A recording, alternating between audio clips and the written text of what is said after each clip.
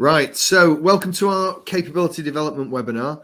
This is the fourth webinar of the Lean Global Connection that we've done on the Lean Transformation Framework, and we're pleased that you're able to join us. My name's Dave Brunt, and I manage the activity at the Lean Enterprise Academy. I'm joined by two of our senior Lean coaches, Peter Watkins and David Marriott, and as well, we've got two special guests from Securis. Gordon Pearson, who is head of operational excellence, and we've got Dee Hamer, who Dave and Peter have been helping, who's really leading the experiment that that Securis are doing with the guys. Okay, so just as a background, I'm sure that by now a few of you have been to multiple of these sessions. LEA was founded in 2003 by Dan Jones. Dan's obviously the author of a number of lean books, including The Machine That Changed the World, Lean Thinking, Lean Solutions, and the Lean Strategy. And we were founded as a not-for-profit organization. Our aim is to help people become self-reliant on their lean journey. And we have a number of things that we do, but products and services that we offer to customers based around three key value streams. The value streams are learn, teach and coach and share.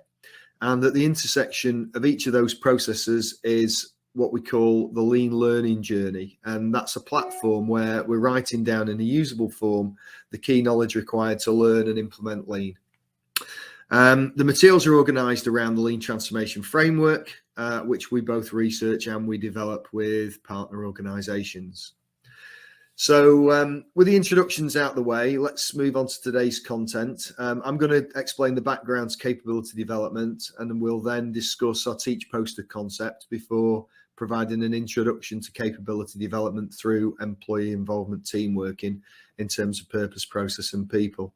We'll then take some questions, and we will then have an example of developing capability from one of our partners, Securis, where Gordon Pearson will discuss the approach, helped by Dee Hamer, and then we'll summarize the session.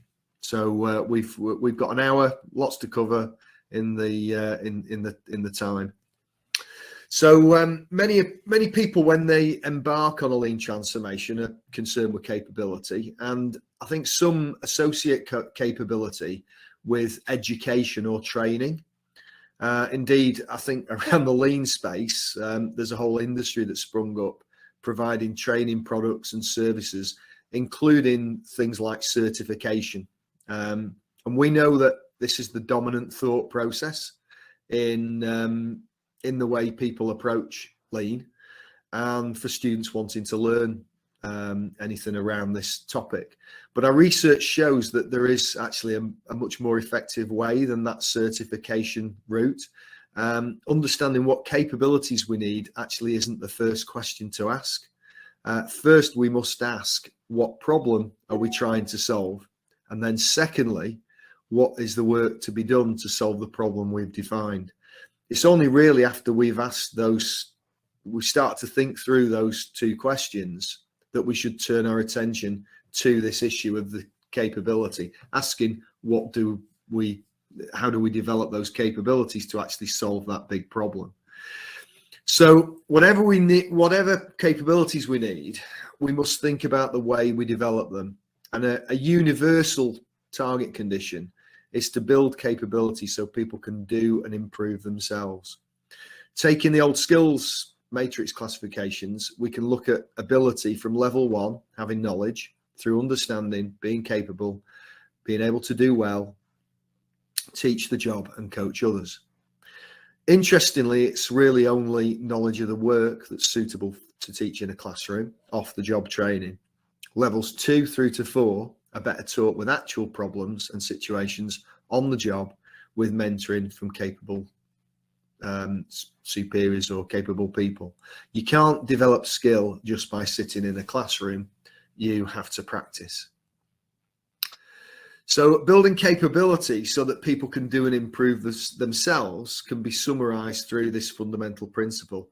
Give a man a fish and you teach him for a day, teach him how to fish and you feed him for a lifetime. So we've done a lot of research on this. We continue to do that research to understand how to learn lean most effectively. And we know from practical application that skill or capability development is best described as a journey. It's a guided learning path, progressing from an awareness and knowledge of a subject through understanding, being capable, and finally being able to teach and coach others. The other fundamental involves asking who should do the teaching. Logically, if the target condition is to build capability so people can do and improve themselves, then it's the leaders that need to develop the ability to teach and coach. In a webinar, we can rarely go beyond knowledge, skill level 1, the start of the learning journey. However, you or your organization can develop this knowledge by learning yourself. You can do that through a variety of mechanisms. You can go online, you can use the platform that I've just talked about. And we've been putting practical effort into learning materials so people can progress to level 2. So the capabilities, next slide. Oh, sorry, Luke. Sorry. So, but to become capable, you need to practice, and that's best done with real issues at the workplace. And that approach mirrors what we know about the way the best lean companies do stuff, using the plan, do, check, act approach. So the capabilities you need can be addressed by looking at the problems that you're trying to solve. However, there is a health warning. Without an understanding of lean thinking and practice, you may well go down a very different path to the one that you say you'd like to try. On the surface, it looks similar, but the underlying thinking is completely different. And I'm going to explain that by giving an example. Let's say you're an executive in an organization and you say that you'd like to follow the lean approach to solve the high-level problems that you and your team have identified. You come to the realization that there's lots of problems, and you decide to form a small team that will solve them. You action to develop capability to develop levels of skills, green, yellow, black, or bronze, silver, and gold levels. You set a target for the crack team of experts to solve, along with a monetary value that they must achieve, and off they go doing projects to gain accreditation. That's fine. It's an approach. It's just not a lean approach. Lean thinking is about everyone solving problems, not just the few experts. It needs to be tied to the problems to solve and related to closing the capability gap defined. Blanket solutions aren't congruent with lean thinking. It is, however, the way most organizations roll out their lean program. It's fundamentally flawed, and it's not a sustainable method, because once those people have gone, the process has gone. And it's evidenced just by how many of these so-called lean sigma, agile, or excellence programs need reigniting every few years, or once the organization realize they haven't met their supported potential. Instead, what's needed is a plan for every person, built around developing capabilities to close gaps that are related to the problems to solve. Okay, so with the introduction out of the way and having explained a little bit about capability, let's move on to developing capability through employee involvement, teamwork, and in terms of purpose, process, and people. I'll hand over to Peter to get us started. I think you're going through the teach poster first, Dave. Yeah. Are you sure? Yeah. I did this yesterday, didn't I, as well? Terrible. Right, okay. And you did this to me yesterday as well. And we looked at it this morning, and I said I was doing slides 1 to 9. And we are now on slide 10. So there you go. Standardized work. Who thought, eh? Who would think?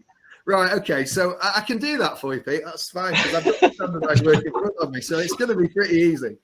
So before getting into the presentation, I'll just spend a little bit of time on Peter's instruction on why we use a teach poster method. For a sustainable lean transformation, we're strong believers in the concept of leaders as teachers, and that is leaders who take the time to teach and coach their team on the job to develop their capabilities rather than relying on a separate function to do it for them. As you know, the benefits of doing that are huge in terms of advancing your lean journey better, faster and cheaper. The challenge is, however, how to provide materials that enable leaders to do that. And, you know, I'm quite sure that for all of you, if you've ever had to stand up and teach something, by the very nature of doing that, you've got to understand it. And actually teaching it, the process of learning to teach it, helps you to understand it. So that's really why we're such strong advocates of that method. So we've done a lot of research in ways for leaders to actually learn how to do this well, and our current standard, the best way we know how currently, is that we use a teach poster concept. We found that works best, and rather than a 100-page PowerPoint slide deck, we tried to distill the subject matter down onto one piece of paper, a little bit like an A3. That's much less daunting for the leaders to use, and also much more informal than sitting down in a classroom and looking at a screen. All the posters have got a similar layout and structure, making them easier to follow and to remember. And usually we have a facilitation guide that's written for each poster, covering the important steps, the key points and the reasons why for each of the images, to assist the leader when they start out to teach. Finally, with the poster, you can put that up in the workplace for future reference rather than just have it hidden with all of these other materials inside a PC. Okay, so now it's over to me. Yes, exactly. So with that little piece of standardized work completed, it's over to Peter, who will take us through the employee involvement teamwork in Teach poster. Okay, yeah. So we're going to go through the poster now. We're going to start with the Lean Transformation Framework, and then we're going to cover the purpose, process, and people. So purpose positions the subject and why it's important. And process is the conditions and considerations when you need to apply this. And then the people is all about the roles and responsibilities required to make it happen, which Dave's going to cover. Okay, so really, I'm quite excited to be talking about this today because it's not an exciting subject in its title, employee involvement teamworking. Of course, everybody does teamworking. Well, are they? And do they have a process for putting it in place and helping leaders do problem solving and continuous improvement with their team? A lot of organizations we work with don't have a robust process to do this or develop that process going forward to make it easier for leaders to put improvement and problem solving with their team members. So, but really the goal of employee involvement is to be self-reliant in problem solving and improvement. And to improve, we need to harness the knowledge and creativity of everybody in the organization. And to do this, we need to develop the capability to be able to implement this on the problems that we've got to solve. So give the right skills to the right time to improve process and learn new ways of working and sustain your improvements that you make as well. There is really no other way than involving everybody to do that. So if we don't involve our people, the default historical result in many companies is a command and control style of leadership. Where leaders try and dictate what improves and what doesn't with the time and budget constraints they have. And usually the growth is pretty slow on improvement and it's very ad hoc and project based. So employee involvement teamwork is very different. And what we're going to present today on that is critical because it provides the structure, the activities and the roles and responsibilities to ensure that everybody is developed to problem solve and improve their daily work. Okay, so going on then to purpose.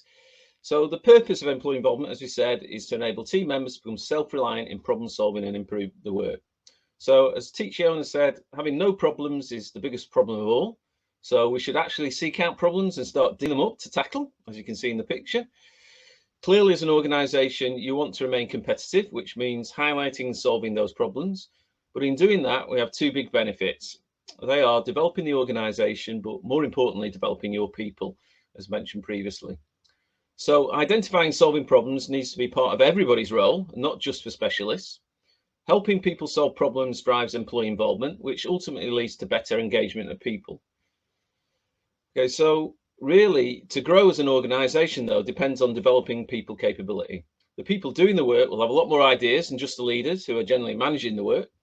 If you create a culture where people are respected and valued, they just need the opportunity to contribute. And this can be done through employee involvement team working. The rocket shown in the visual represents President Kennedy's visit to NASA way back in 1969, when I was very little, and asked Joe Salsa, the janitor at NASA, what his role was, which he replied, "I'm helping to put a man on the moon." Think about the significance of that story, because the culture is created by what we do every day through the activities and behaviors of people in the organization. However, everybody watches the leaders as they allow or not allow people to perform activities and behave a certain way. So to create a culture of team working, the leaders need to be the teachers and coaches of improvement, as Dave mentioned before. This demonstrates the right behaviors, embeds the right mindset.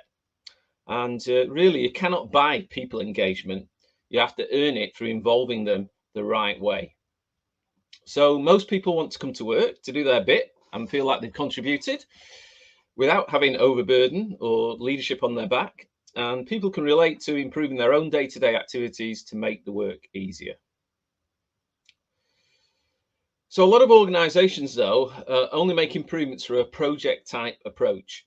They focus on making large step changes to achieve some breakthrough objectives with multifunctional teams for a set period of time.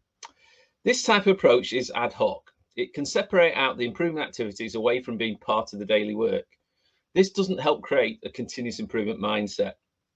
On the other hand, if you only focus on doing small, quick changes, you will not typically create breakthrough thinking. And it's only focused on one small area of work and not the end-to-end process. So small, quick improvements towards clear goals by team members on their work can be made on that every day. So everybody can contribute. Daily improvement engages everyone and also develops high level of capability in problem solving and improvement because they're doing it repeatedly. Only doing improvements through lean projects can lead to unsustainable improvements with no real people engagement to support them. Only doing small, quick improvements can lead to slow pace of improvement as you only optimize what you have and stifle some step changes maybe. You need a combination of both, of larger improvements and daily continuous improvements by everybody to develop the best rate of improvement.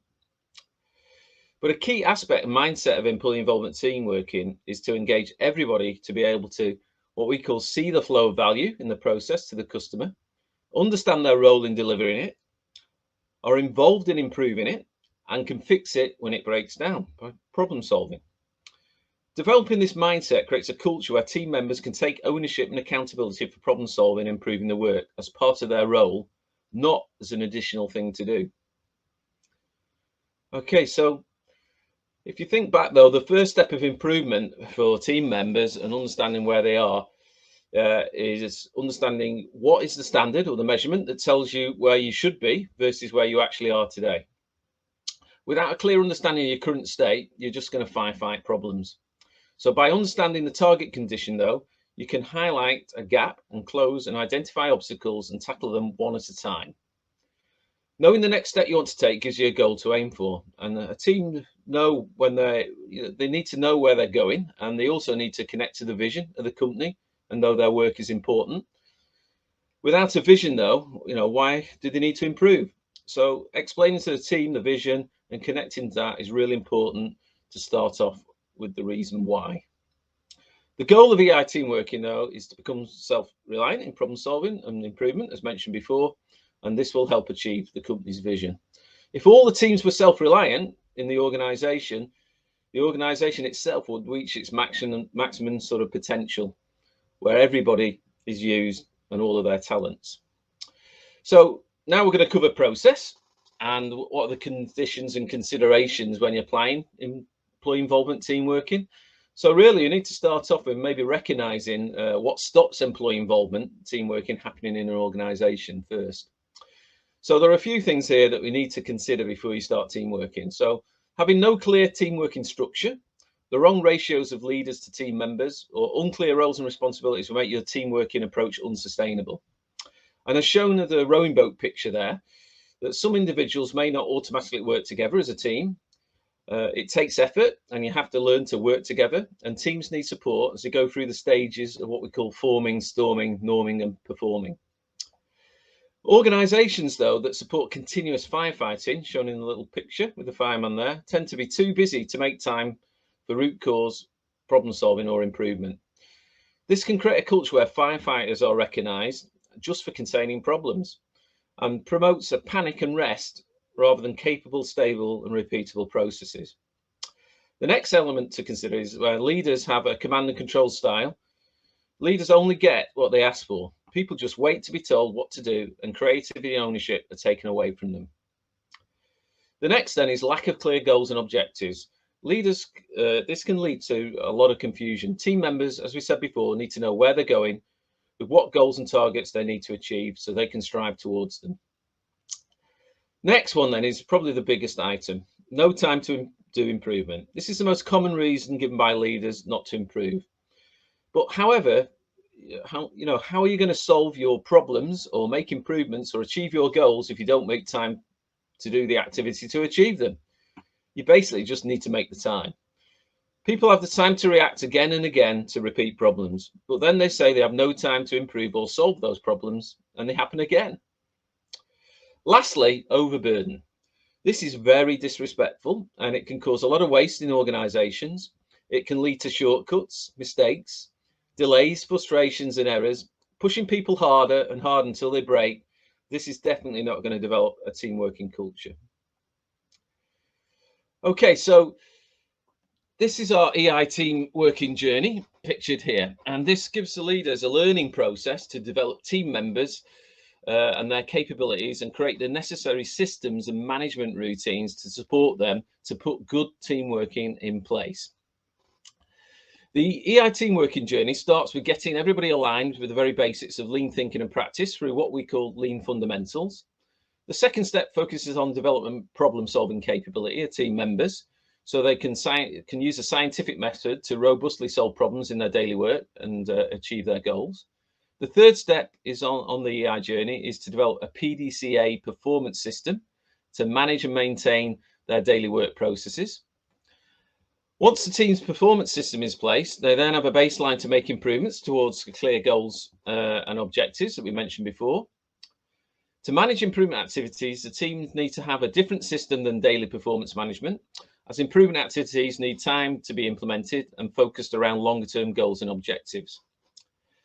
In step 4, the team develops an improvement management system. This enables them to prioritize and carry out improvement activities to achieve a higher standard. The team leader here has a key role in developing the team members' skills in the right lean tools and the methods based around the problems they need to solve. And step 5 in the journey is for the team to assess and challenge themselves on how good they are at their employee involvement team working activities. This enables the team to self-reflect and understand what gaps they have in achieving themselves becoming self-reliant.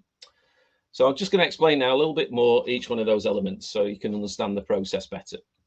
So step 1 is lean fundamentals. It's taught by the leaders to introduce team members through learning by doing to waste reduction, value added and non-value added work, lead time reduction, and what employee involvement team working is all about. It forms the foundation to build on that everybody can be involved in improving the work. Understanding lean basic helps create the right mindset and thinking to improve. Shown here is the teach posts and facilitation guides we have developed to help make it easier for leaders to teach and coach team members in a more fun and engaging way. So step 2 then focuses on problem solving, as this is the #1 skill needed across all areas of the organization. Everybody needs the capability to identify first and then solve problems scientifically. Firstly, the leaders need to develop themselves in problem solving so they can teach team members as well. And then the leaders need to develop the team members in rapid problem solving, which is a simplified version of the A3 8-step problem solving method. Rapid problem solving is focused on more day-to-day, low-mid complexity issues that come up in daily work of team members. Ownership for problem solving is with the whole of the team rather than just the leader. We have also developed learning process and teaching materials for leaders to take team members through the correct learning process and skills to become capable of problem solving. So in step 3, the leader and team design and implement a situational performance management system based on 5 minimum standard requirements that are shown on the teach poster.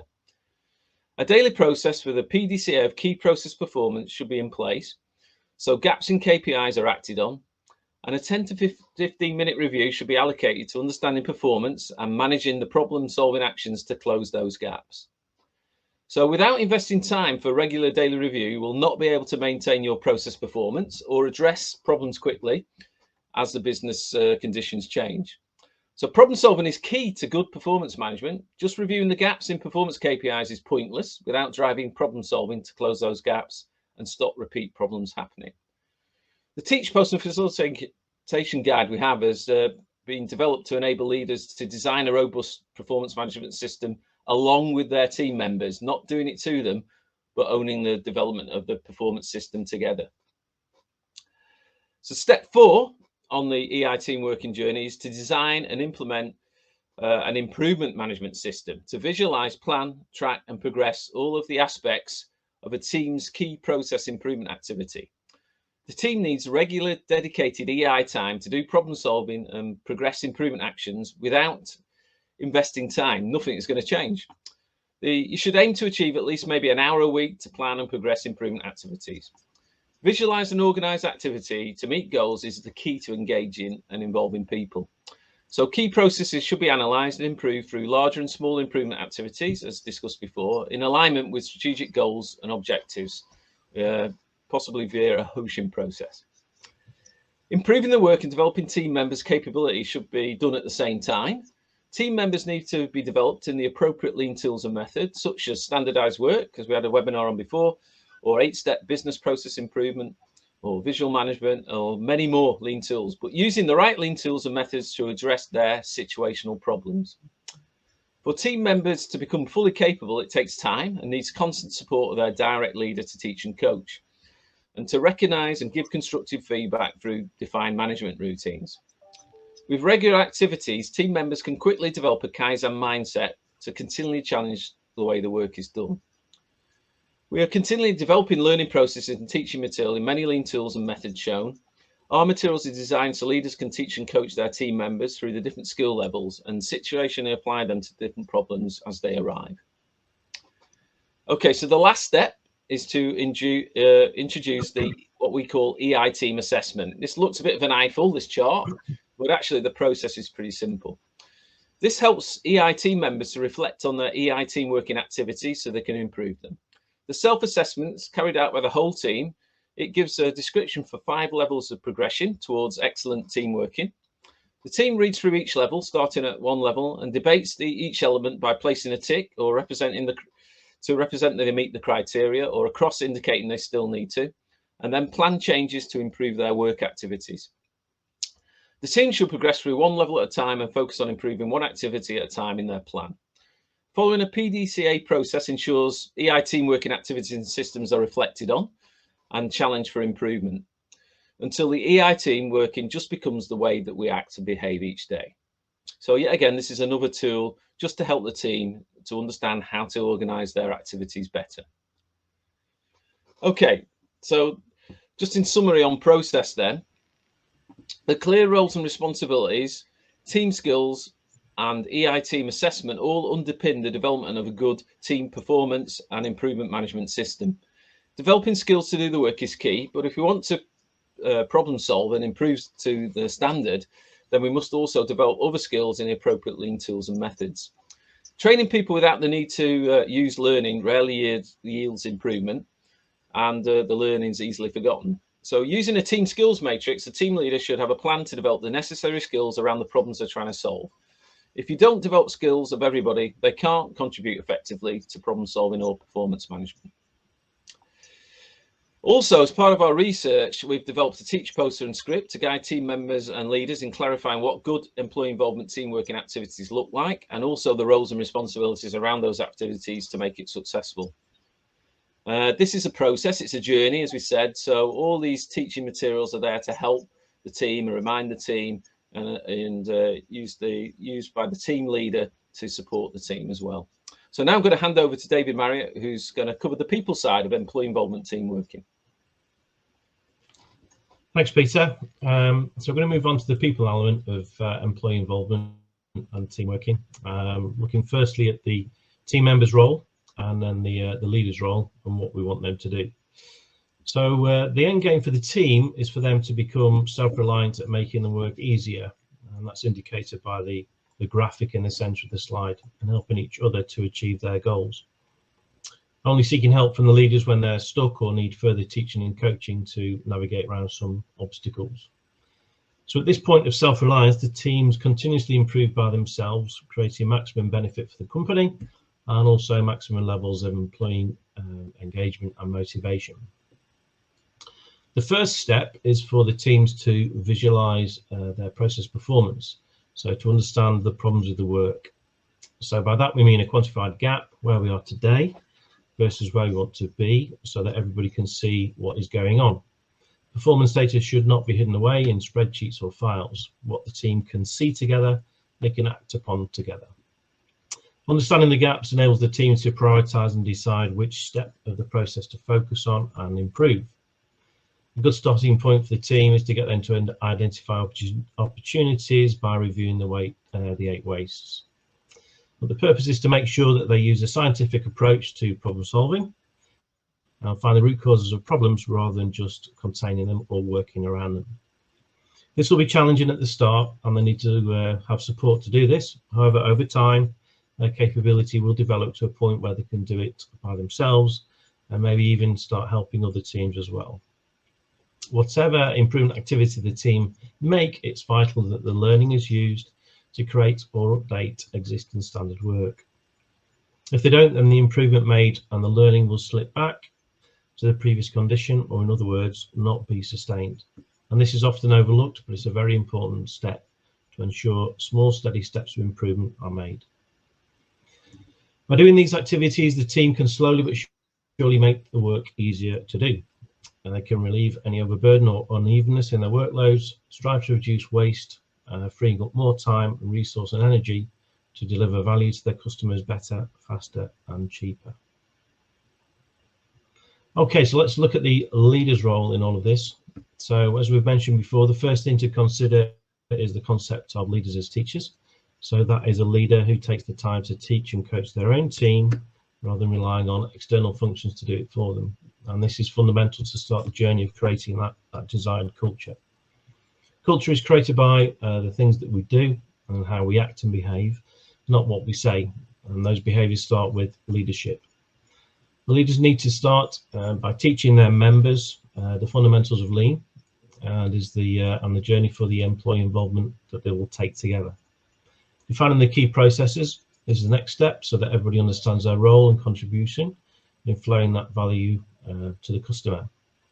Making the flow visible will highlight problems or gaps in the performance, as we mentioned, of those processes, and provide a call to action to make an improvement plan of what to improve and by how much. Improvement doesn't happen by itself, however, so leaders need to plan and make and allocate the time for the team to do the improvements to the work together. This time and the activities undertaken are key to unlocking the talents of the team members and achieving true employee involvement by helping them solve their problems. Sustainment is always a challenge. Leaders need to make the time to go and see at the workplace with their teams and see how they're performing. And the method to do this is what we call management routines, making the invisible work of leaders visible. So management routines are a leader system or way of working that gives structure to verify process performance and also people's behaviours to the desired expectations. By making this routine visible, sends a message to the team that what the leader wants to do is important, but also makes themselves accountable for doing it. It enables the work of the leaders to be focused, visible, systematic, and repeatable. The routine also acts as a trigger for the leader to use their core people skills. So recognizing great work by the team, offering teaching or coaching to support their activities, or constructive feedback when behaviours are not meeting the desired expectations. And finally, these routines need to be in place for all levels of leadership to provide the right direction and support and create that alignment within the organisation. Okay, so that was the purpose, process, people. What questions do you have?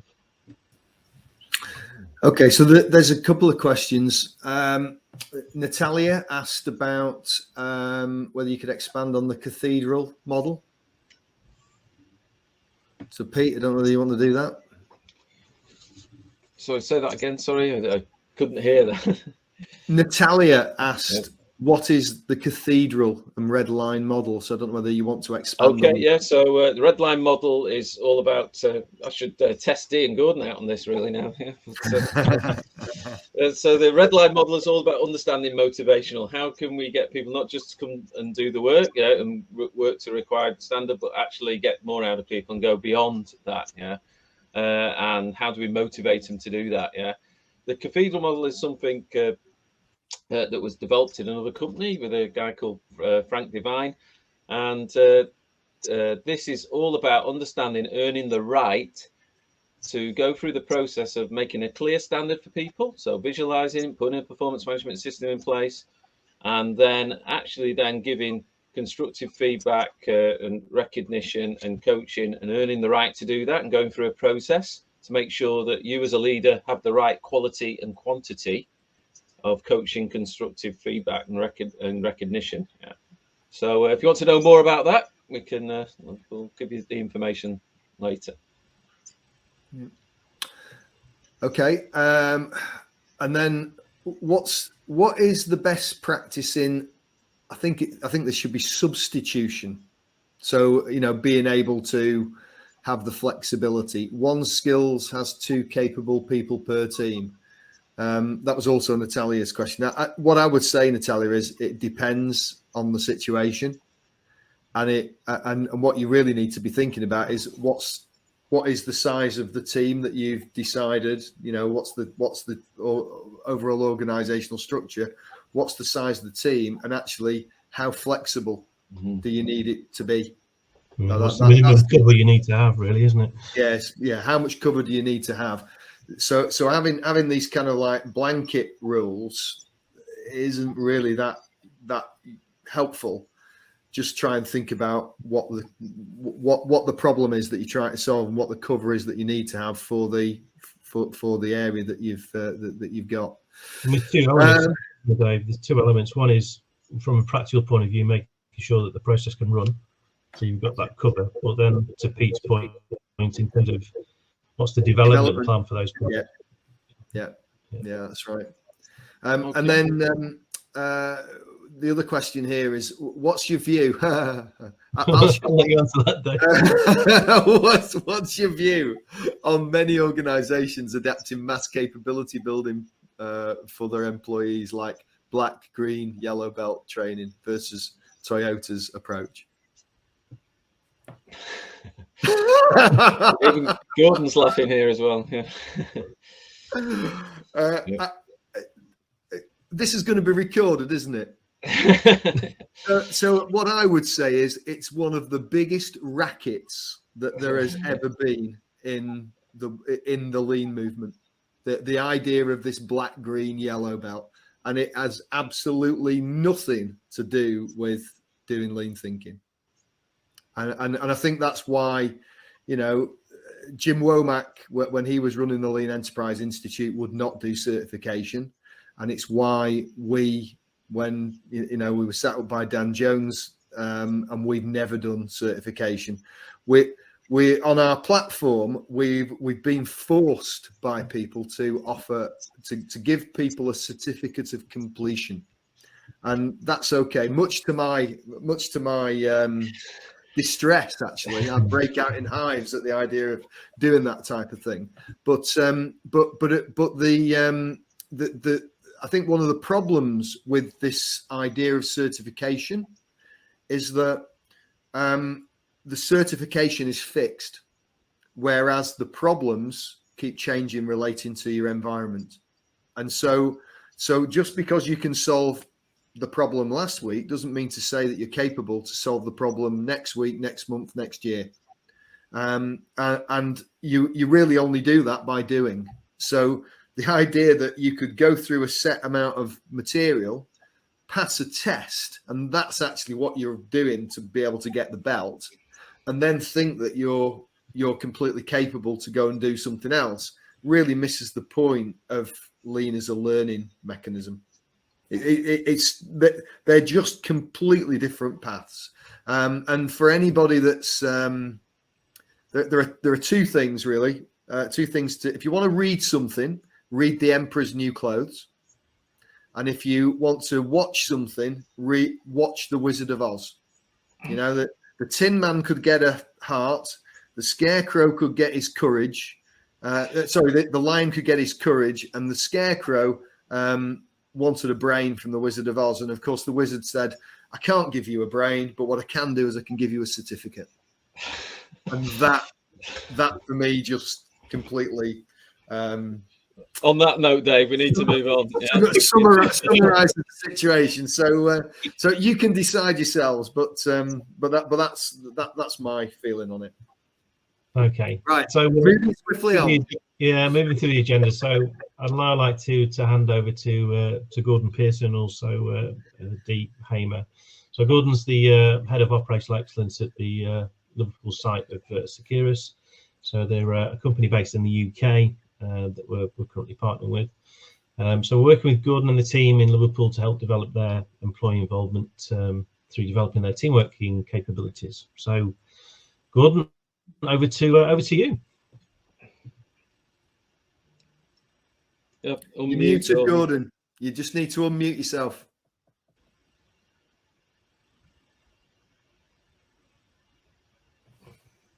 Just unmute yourself on the. Wait a minute.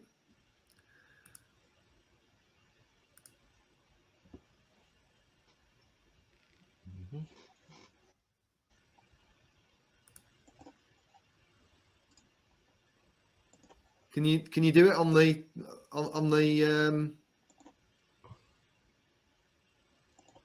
actual thing? Because you're sharing the. It says he's unmuted himself on the Teams. If you go to your picture, Gordon, and there's 3 dots in the right-hand side, and you can unmute yourself.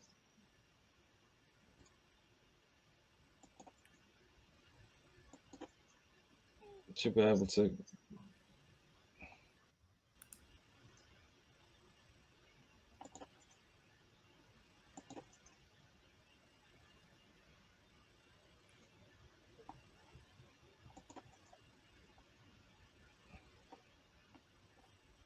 We still can't hear you, Gordon.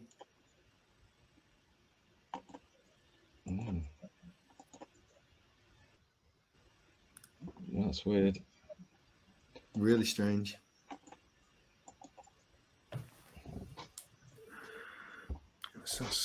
I'll just go and check with Luke. Yeah. Luke? Luke? Hello, can you hear me now? Got you. Yeah. Got you. Brilliant. Yeah. Can we go? Great. Okay, brilliant. Sorry about that. That's okay. No Okay. problem. Right, I'll take my headset off. Technology. We're going live. So you can, am I clear enough? Can I get started? Yeah, good. Thanks. Right, great. Good stuff. Right. Thank you all very much for the opportunity to speak to this group. It's a privilege to be involved in this. And before I start, as a Scotsman, I'd just like to say Happy St Andrew's Day to everybody. You can see my colleague Dee's sat to my left. Dee's the process lead for part of our Liverpool manufacturing facility. And I'm going to spend about 8-9 minutes going through a few points. So first of all, we're going to give an intro to Securis. Then we're going to talk about the Liverpool site, particularly. Then a very important point I want to bring in is the values and what we're basing the work that we're doing at Liverpool on, which I think is absolutely crucial. Then we'll connect with the Lean Transformation Framework, and I'll give you an example of how we're trying to apply that at Liverpool. And then we'll focus on the activity that we're doing with the support of the LEA. But we'll talk about the work so far, conclusions, learnings, and what our next steps might be. So great. So if I could ask Luke to nudge us on to the next slide, very much appreciated. So Securis is we're focused pretty much exclusively on influenza. We've been around for quite a long time as part of the wider CSL group, which was founded in 1916 in order to tackle flu, and then became a huge player around about the time of the Spanish flu, which is obviously a lot better known now, unfortunately, than it was 3 or 4 years ago. Our Liverpool site's been in business since 1943 under various ownerships, and yeah, we're very much at the forefront of influenza vaccination, both in terms of how we manufacture it, but also in terms of the particular types of technology that we use. Okay, so we can go to the next slide, please, Luke. So just the final one explaining who we are at Liverpool. So we're a centre of excellence for the production of Fluad. That's a influenza vaccine that uses an adjuvant, similar in very layman's terms to Catalyst. We're the largest vaccine manufacturing site in the UK, and we're identified as a critical piece of national infrastructure. Everybody's aware of the pandemic risk. Influenza pandemic remains a risk, and that's something that we focus on very strongly as well. And we're contracted to supply. It varies, but normally it's around about 200 million doses in the event of a pandemic. And as well as our normal processes mean that we're supplying round about, in excess these days, I think it is, of 55 million doses of vaccines a year. Okay, so moving on to the next slide. So I think a crucial part when you do any kind of lean transformation is to try and align the values of the organization, the overall values, with what you're trying to achieve locally or through your pilot. So at CSL, we've got a very clear focus on what our values are. So the first one is patient focus. It's critical that we deliver on our promise to our patients, which, for example, can align very closely with the lean concept of focusing on the customer, thinking of the voice of the customer and so on. Innovation is crucial for us, and it's really important that we have an improvement culture that supports that, again, at all levels. Integrity is critical that in a pharmaceutical process, in a pharmaceutical company, that's at the forefront of our thinking every time. So the point that Peter made earlier about making problems visible, that's the key part of what we do. If there is an issue, we have to surface it straight away and all work together to solve it, which leads on very well to our next point, making sure everybody's engaged. So we do get everybody focused, not just people in the more specialist roles. We want everybody at any level, including our frontline workers who directly add the value, to be thinking about how we can make things better. And of course, the final one, superior performance. Results are crucial, and we want to be using what we're doing to consistently solve real problems that matter to us as a business, and more importantly, directly to our patients and our customers. Okay, next slide, please, Luke. So hopefully you can read this. Hopefully it's not too much detail, but I just want to spend a couple of minutes talking through how we're applying the Lean Transformation Framework. This is our external version, so we've taken some of the specifics out for business confidentiality reasons, as I'm sure you can appreciate. So our what? So what problem are we trying to solve? So we want to improve the business performance of downstream manufacturing, the downstream manufacturing area at Liverpool. We wanted to do that in order to deliver strategic targets. And this is something that obviously Dee is driving as the leader with accountability of that area. So that's our roof. Then if we look at the first pillar, what problem are we trying to solve? So we've got good performance already, particularly with the big ticket items. But where we really want to get better is not to miss the opportunities of engaging everybody. So that's why we're working with the LEA. This is fundamentally about employee engagement. It's about engaging our people through involving them. And then if we move over to the second pillar, for us, it's about training and coaching our leaders with LEA support so that they're capable of coaching their team members. And then obviously a key output from that, if done correctly, will be that our team members will be process experts and also capable problem solvers, both in the area of performance management, bringing things back to the standard that we want, but also in improving and going forward. And in terms of the processes that we have at the centre and the behaviours, we want performance management and improvement management in place, but developed and owned by the team members. We don't want something that's imposed. We want them to develop, or we want them to own it. And in terms of the leaders' behaviours, we want them to be consistently doing this, but also supporting it with management routines. And then you can see the base of our house, the assumptions, are all built on our CSL values. So moving on to the next slide, please, Luke.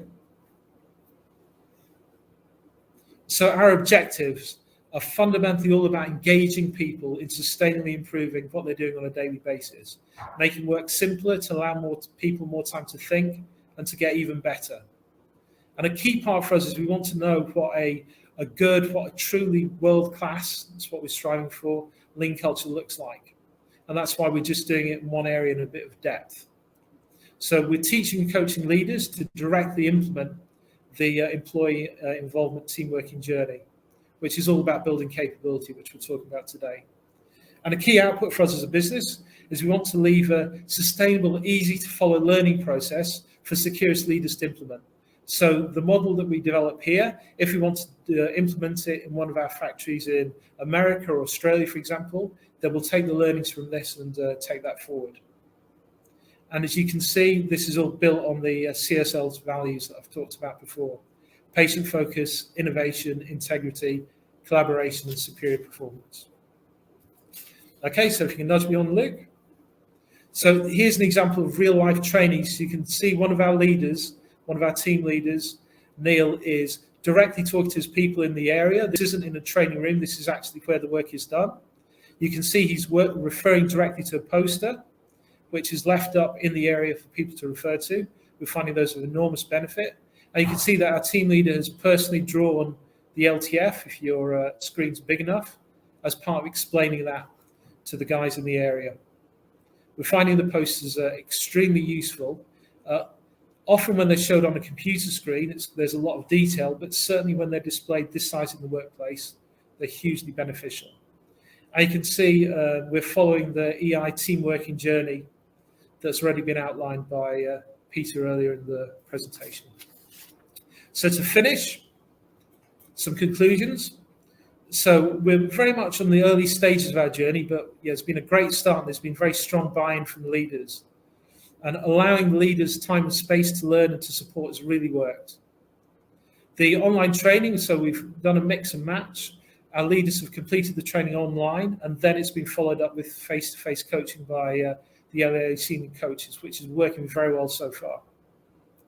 And finding peer-to-peer observations developing both participants. So, for example, the session that you just saw a photograph of, where Neil was presenting to his team, other team leaders observed that and fed back to Neil on how he could improve for next time, and of course what he'd done well.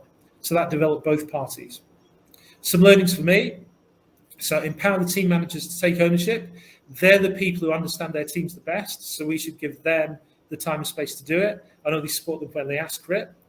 And a critical point, something that Dee's leading very strongly on, is we're making sure that adequate time is given and it becomes part of the daily routines. So in terms of next steps, so we've completed the lean fundamentals and problem solving, and now we're focusing on performance management. We've got 2 workshops next week to help our teams define exactly what their performance management should be. Okay, so that was pretty quick. If anybody has any questions, we'll be delighted to answer them. Just like to finish by thanking everybody and handing back to Luke. Thank you all. Thanks, Gordon. And yeah, we'll take some questions and just wrap this up. I think I've just about recovered from the mind melt of the KPI discussion, but there we go. So just to summarise, so we focused today around the 3rd dimension of the LTF in terms of how do we develop the capabilities we need, in particular approach for doing that through employee involvement and team working. Peter explained our approach using the teach approach to concept. In terms of purpose, why is it important? Process, the conditions around applying it. And then I picked up in terms of the people roles and responsibilities to do that. So Gordon's shared the journey so far that they've started to tackle the problem of improving their performance to the downstream manufacturing area by engaging and improving the team members to help improve that work through introducing employee involvement team working, and also the associated learning process that they've started on. I suppose the question to ask yourselves, however, is what is your problem to solve, and what is the learning process to develop the capabilities you and your organisation need to do that? Okay, next slide, Luke. Okay, so we've developed a series of activities for the LGC event and the Lean Transformation Framework. Here they are. If you found these useful, do join us for the next one, which is on management system. And I think the last slide. So I think as Gordon alluded to, so the materials, and David spoke about this at the start, that you've seen today, many more available on our website via our Lean Learning platform. If you wish to access all of these level 1 and level 2, you can do so for a subscription of just £119.99 a year, which is less than £10 a month. For enterprise or multiple membership, then please contact us at info@leanuk.org. Okay, for further information, you can find us at www.leanuk.org, and for the subscription, it's /subscription. With that, we'll just hand it over to questions.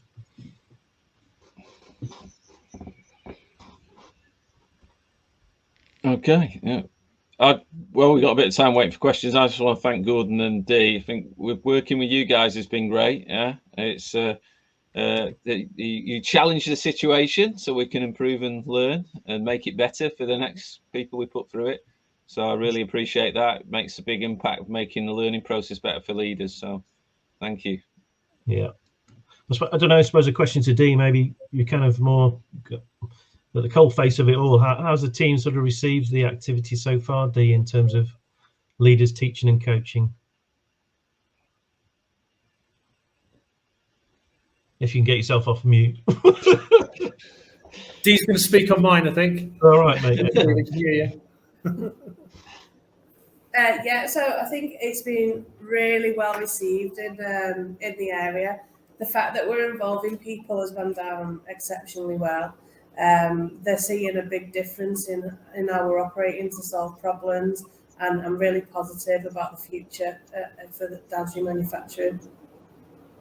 Excellent. Yeah, no, I was, like I said, really impressed with when the first session that Gordon showed some photos from. It was a bit daunting initially, but it's actually it took to it like a duck to water, really. So all credit to the team.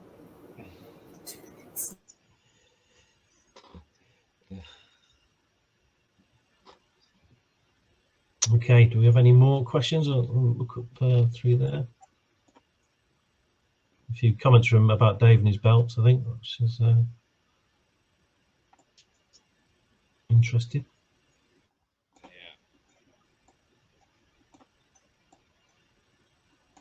So maybe Gordon, you can say, how do you think it's going to benefit the organisation going forward? Maybe that's a question for you. I think the major benefit is going to be engagement. So you talked about the red line model earlier, Peter. Yeah. Within the Securis, we call it discretionary effort. Yeah. So it's people having the commitment to challenge in a positive way, to be innovative, and just create the culture where people feel not only that they're valued, but they're directly contributing to what we're trying to achieve overall. We're fortunate we have very good engagement figures locally, but we certainly always want to get better. So we see that as the major advantage in terms of what we're doing. And then, how do you feel with your senior management are supporting this as well at the site? Yeah, we're very fortunate that we have excellent senior management support within the Securis, because they're fully aware that our desired future state of even better processes and better engagement will have significant business benefits. It's really helping us solve the problems that we want to be solving as an organisation. I think Dave mentioned it before on the roles and responsibilities of leaders about management routines. Yeah. And I think you've managed to get your senior management having management routines to actually check on this activity. Yeah, exactly. Yeah. So our site director has, as part of his management routines, once every fortnight or every 2 weeks, if you're in America, he'll go into the shop floor and just get an understanding. Well, he goes to the shop floor a lot more than that, but he'll specifically go into the shop floor with the intention of understanding how this is progressing. So that means that he's got, we have the benefit that you get from all the Genchi Gabutsus or all GoC activities, He understands the reality. He also shows support, and he also shows respect to the people in the area. Yeah. Oh, that's great. Yeah. It sends a strong message that this is truly important. He certainly believes that this is really going to take the organisation forward, and you could see last week with the look on the guys' faces when that they said, well, senior management been down and asked me specifically how it went. It was a very powerful kind of activity and question to ask, and the killer one, what did you learn or what did you do differently is even better. So yeah, certainly echo that sentiment. Yeah, I think EI team working, like I said, is the hidden, key to developing people, isn't it? Yeah. People say they're doing team working, and really they haven't got the systems or the structures or the leadership even to, make that happen. And leaders are, it's not often their fault. It's the fact that how we make the roles and responsibilities in a lean company clear to people, and what behaviours do we need to have, as Gordon talked about, and that should be underpinned with the company values and aligned to them. Yeah. But I think it's one of those hidden things that's not really talked about. All the tools and techniques are, but the people, systems and development is key, and you need to have a process to put that in place. It just doesn't happen. Yeah. Otherwise, you're just relying on individual good leaders. And what does a good leader do? Who knows? Yeah. So we're trying to at least help people become good at putting EI team working in place. Yeah. Demystify it, put some structure and process behind it. Yeah. So. Yeah, and thanks to Gordon and the guys there, we're experimenting, making a better learning process for them to use and their future leaders to use. Okay, thanks a lot. Yeah, really appreciate it, Gordon. Dee's disappeared. She's thank you. Anyhow, yeah. Okay, guys. Thank you. Help. Yeah, it's been great. So thank you. Yeah, see you in the next session. Cheers. Thanks. Bye. Okay, bye. Bye.